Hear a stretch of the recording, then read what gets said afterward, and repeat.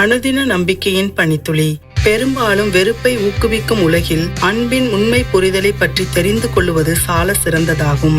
1 கொரிந்தியர் 13:8. அன்பு ஒரு காலம் ஒழியாது.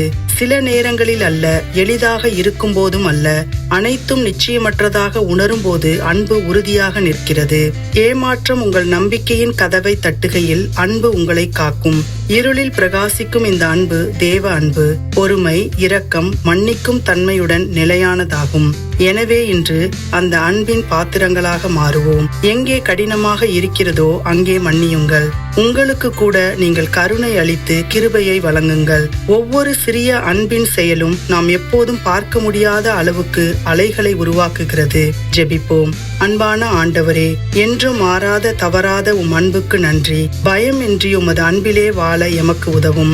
மகிழ்ச்சியும் சமாதானமும் நிறைந்த உமது அன்பின் பாத்திரங்களாக எம்மை மாற்றி அருளும். உமது பரிபூர்ண அன்பில் நிலைத்திருந்து உமது இரக்கத்தை அனைவருக்கும் பிரதிபலிக்க அருள் செய்யும்.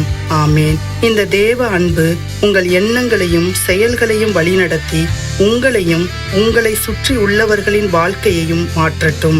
அடுத்த அனுதின நம்பிக்கையின் பனித்துளி வரை சந்தேகம், கூச்சல், குழப்பம் நிறைந்த உலகில் இந்த அன்பை தைரியமாக பிரகாசியுங்கள். ஏனென்றால் அன்பு ஒரு காலம் ஒழியாது.